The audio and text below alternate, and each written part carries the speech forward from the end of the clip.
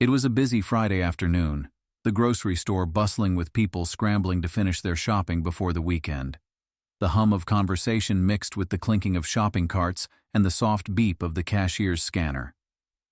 Among the crowd was Mrs. Evelyn Walker, a dignified elderly black woman dressed in a modest but neat outfit. Her gray hair was neatly tied back, and she walked with a cane, taking her time as she carefully browsed the aisles. Mrs. Walker had lived a full life, filled with hardships and triumphs, and she was proud of everything she had accomplished. Today, however, she was not shopping for luxury items.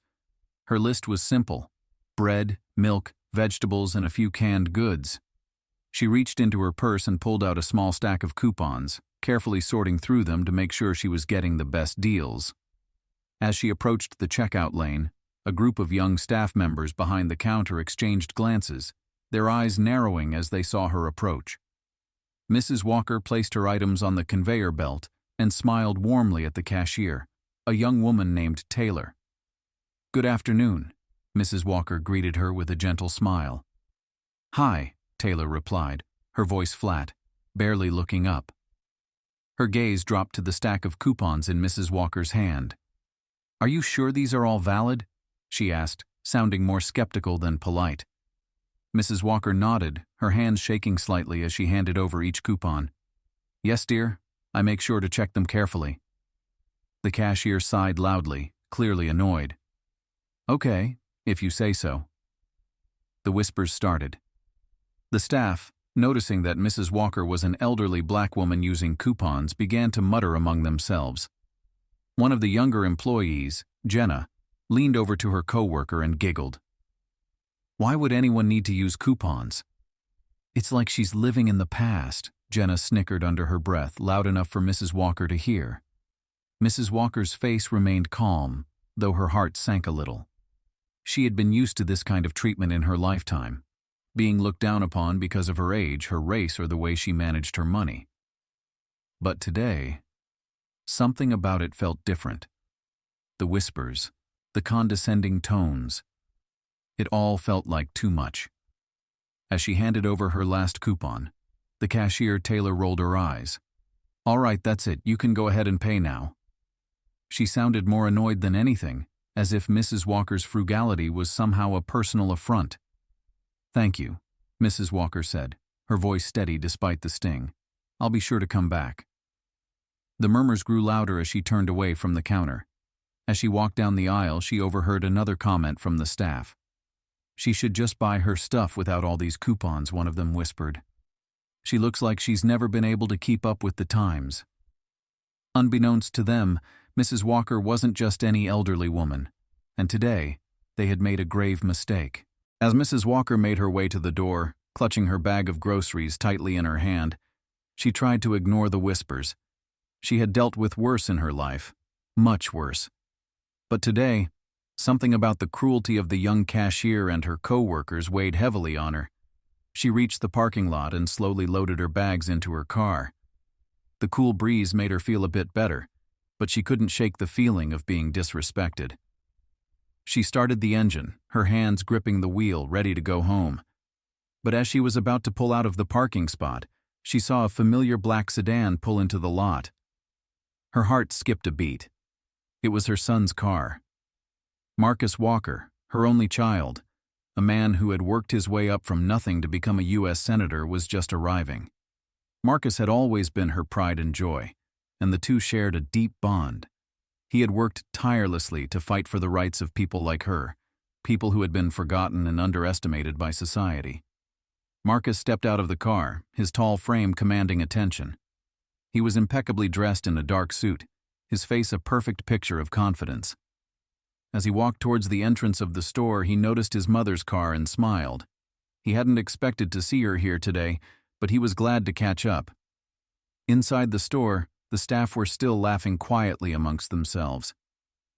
They didn't know that the woman they had mocked was about to become the center of their world. Mrs. Walker had been right to leave when she did. They had no idea who they were dealing with. As Marcus entered, he quickly spotted his mother's figure through the glass doors sitting in her car. His smile faded when he saw the look on her face. She was upset. He walked over to her car, knocked on the window gently, and she rolled it down. The first thing he noticed was the faint red in her eyes, as if she had been on the verge of tears. "Mom?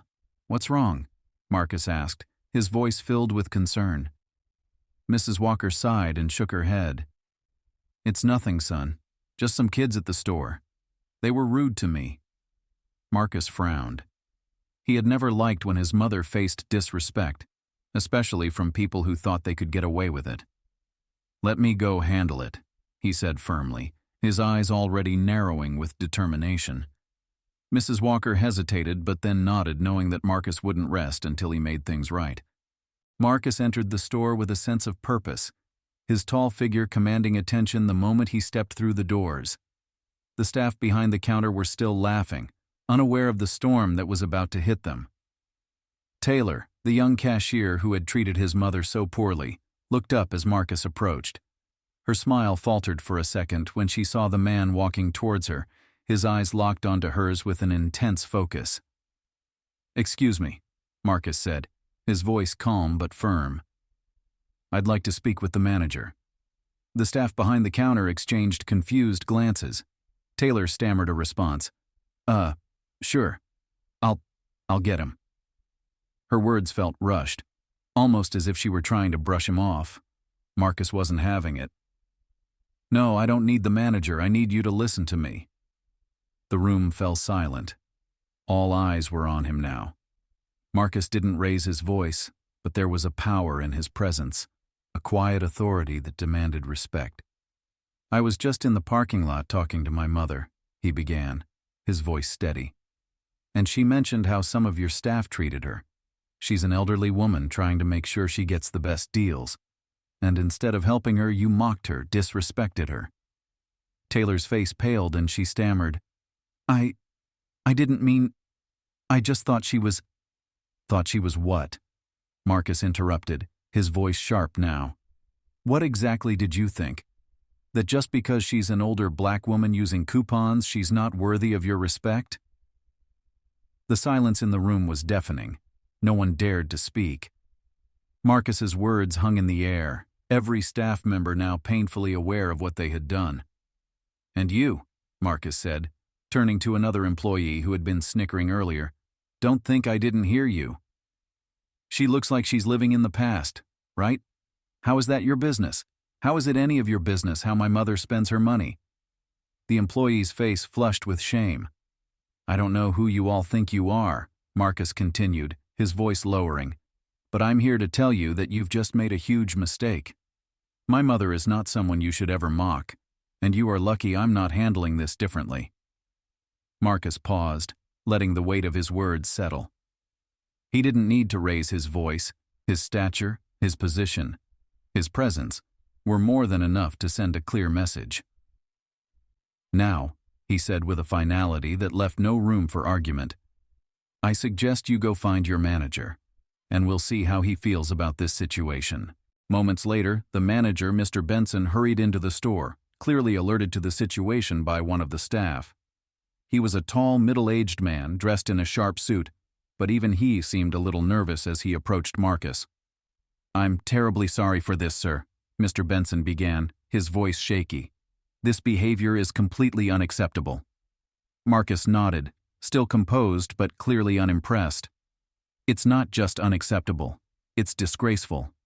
And it's a pattern of behavior that I won't tolerate, especially when it's directed at someone I care about." Mr. Benson turned to Taylor and the other employees who had been involved in the incident. "All of you, get over here now," he ordered. As the staff gathered, looking down at the floor in shame, Marcus turned his attention back to the manager. "I want you to issue an apology to my mother, right now, and I want to make sure this never happens again. If it does, I won't hesitate to escalate this further." "I understand, sir," Mr. Benson said, his voice full of remorse. "I'll make sure the staff are trained properly and that this doesn't happen again. Please accept my sincerest apologies." Taylor, clearly uncomfortable, stepped forward hesitantly. "Mrs. Walker," she said, her voice trembling, I'm sorry for how we treated you. That was wrong, and I regret it." The other employees followed suit, each one offering a meek apology. But the damage had been done. Mrs. Walker had already left the store, and the employees knew that they had crossed a line they shouldn't have. As Marcus walked out of the store, he knew this wasn't just about one incident. It was about respect. It was about reminding people that no one, no matter their age, race, or financial status, should ever be belittled. And today, that lesson had been learned the hard way. The next day, Marcus received a call from the store manager. It wasn't unusual for him to get calls from businesses, but this one had a different tone. Mr. Benson, the manager, sounded panicked. "Senator Walker, I want to let you know that we've taken immediate action. The staff who were involved have been given a warning, and we've implemented new training on respectful customer service," Mr. Benson explained. "We understand the gravity of what happened, and we want to assure you and your mother that this won't happen again." Marcus listened quietly. He appreciated the effort, but he knew that real change required more than just words. "You do that," Marcus said firmly, "and I'll make sure my mom knows she was heard. But I also want to ensure you're holding your staff accountable, not just in this store but in every one of your locations. This kind of disrespect shouldn't exist anywhere." After the call ended, Marcus sat back in his chair, reflecting on the events of the past 24 hours. His mother had been humiliated, but it wasn't just about her. It was about a society that still saw people like her as invisible, unworthy of basic respect. But now, thanks to his quick actions, those attitudes were being challenged. The story of Mrs. Walker's mistreatment at the grocery store quickly spread throughout the community. Marcus, ever the advocate for justice, made sure to speak out about the incident, sharing it with his followers on social media. The post was simple, but the impact was enormous. "I'm proud of my mother," Marcus wrote, "and today we stood up for respect and dignity. No one should ever be treated less than for any reason, and I will always fight to make sure people understand that." The story went viral. People across the country reacted, sharing their own experiences of discrimination and standing with Mrs. Walker. What had started as a cruel, thoughtless act of mockery had sparked a much larger conversation about respect, ageism, racism, and the way society treats its elders. Mrs. Walker, though modest as always, became an unexpected hero. And the grocery store? They had learned a hard lesson that would be remembered for a long time. From that day on, whenever Mrs. Walker entered a store, she was treated with the dignity and respect she had always deserved. But more importantly, the people who had mocked her learned that it wasn't just who you knew. It was about how you treated everyone, and in the end, that lesson was the real victory.